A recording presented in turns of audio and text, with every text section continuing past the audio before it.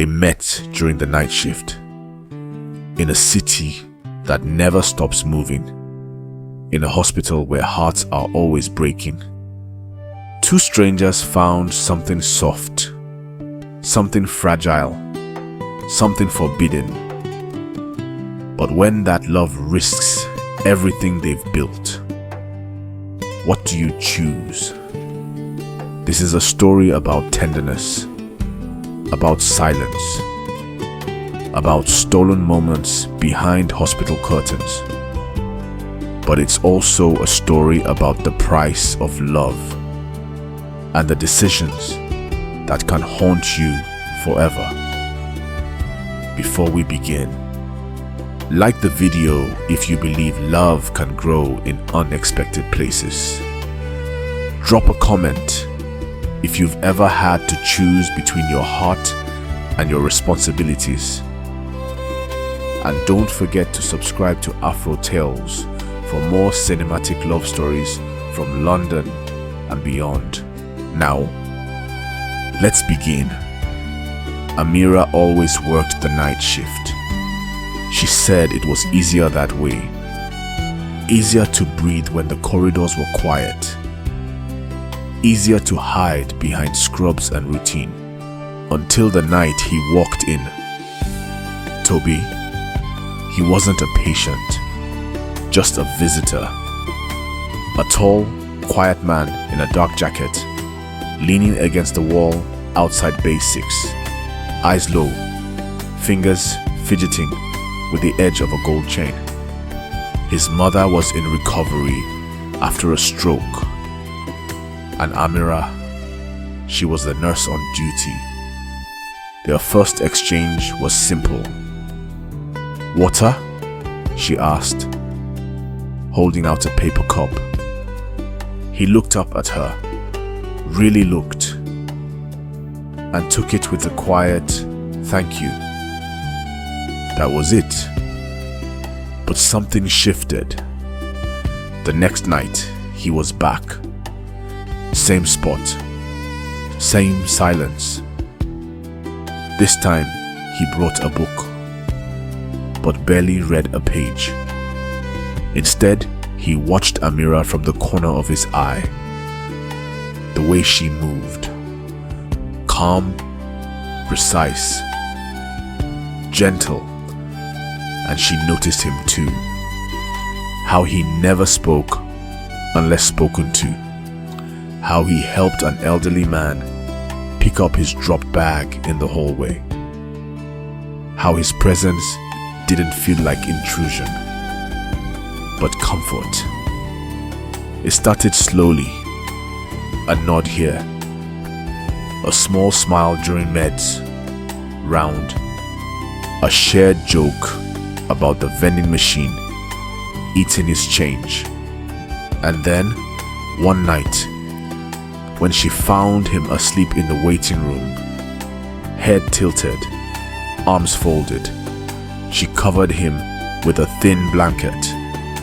He stirred slightly. "Might be the best thing anyone's done for me this year," he mumbled, eyes still shut. She smiled, then walked away, heart beating just a little too fast. The first touch happened in the supply room. She was reaching for gloves. He was looking for a hand sanitizer. Their hands brushed. It lingered. Eyes met. Silence stretched. "You're not supposed to be in here," You're not supposed to be in here, she said softly. "I could say the same to you," he replied. Her lips parted, ready to object, but she didn't, and neither of them moved. That was the beginning.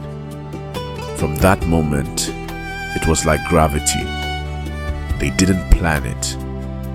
They didn't even speak about it.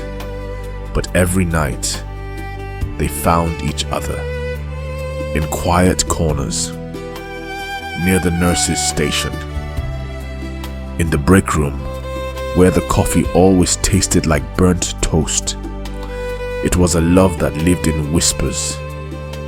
He told her about his mom, a retired music teacher, how they used to play piano together. She told him about her father, who hadn't spoken to her since she chose nursing over marriage. They shared memories like secrets and kisses like confessions. One night it went further. It had been a hard shift. A patient passed. A child coding. Amira found herself crying in the stairwell. Tobi found her there. He didn't say anything. Just sat beside her, held her hand, and when she turned to him, eyes wet, lips trembling, he kissed her, soft, gentle, and then again, deeper this time. Before long, they were pressed against the cold wall, heat between them rising like fever. Her hands found his chest.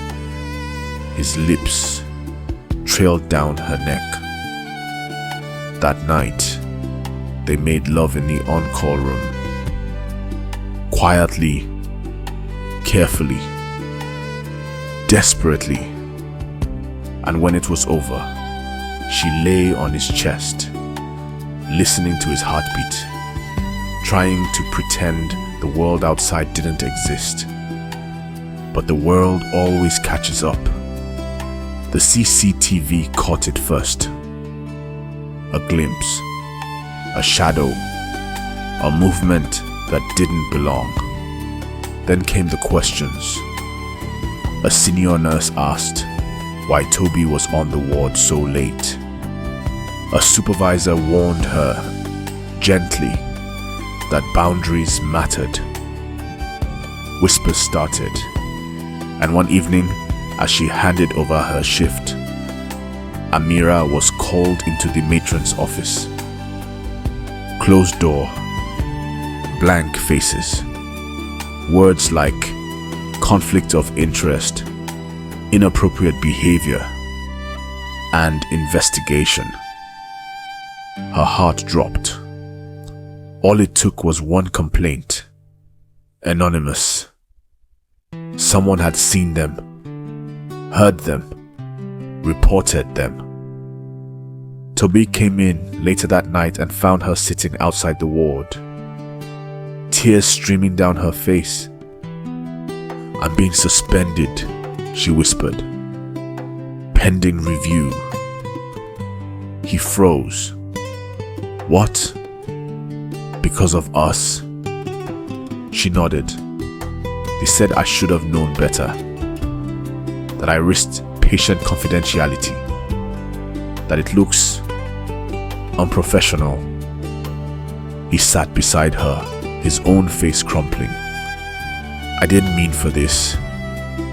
"I know," she said. "Neither of us did." Silence settled between them like fog. The next day, she didn't come to work. Or the day after. Her badge was taken. Her shifts replaced. Her world paused. Tobi texted, called, waited, but she didn't reply. Not until a week later. They met at Primrose Hill, just as the sun dipped behind the city skyline. She looked tired. He looked heartbroken. "I'm going to fight it," she said. "The suspension, the record." He nodded. "I'll back you," he whispered. "Every step." She looked at him then, really looked. "I don't regret loving you, Tobi. But I regret the timing. The risk, the cost." He reached for her hand. She let him take it. "I'd do it all again," he said. even if it breaks us. She closed her eyes, and for a moment, the city disappeared. Weeks passed. The hearing came. Statements, interviews, files. Tobi submitted a letter, confessing the full truth, taking responsibility. And the board? They were harsh, but merciful. Amira kept her license, but was relocated. Different hospital, different ward. She could return, but the love had to end. They met one last time in the hospital chapel. No patients, no staff, just them. She wore her scrubs again, newly pressed, badge clipped, dignity intact. He stood waiting, hands in pockets. "I'm being transferred to St. Mary's," she said. He nodded. "So this is goodbye?" She stepped closer. "No, just not now." They held each other. No kisses, no promises, just breath and tears and silence. And when she left that night, Tobi stayed behind, watching the flicker of candles in the empty chapel, knowing that sometimes love doesn't end, it just waits. Some loves begin with fireworks, others with a whisper in the dark. But the hardest kind are the ones you have to let go. Would you risk your career for love? Tell us in the comments below. And if this story touched your heart, like the video, share your thoughts, and subscribe to AfroTayles for more unforgettable love stories, because sometimes the shift ends, but the feelings don't. We'll see you in the next one.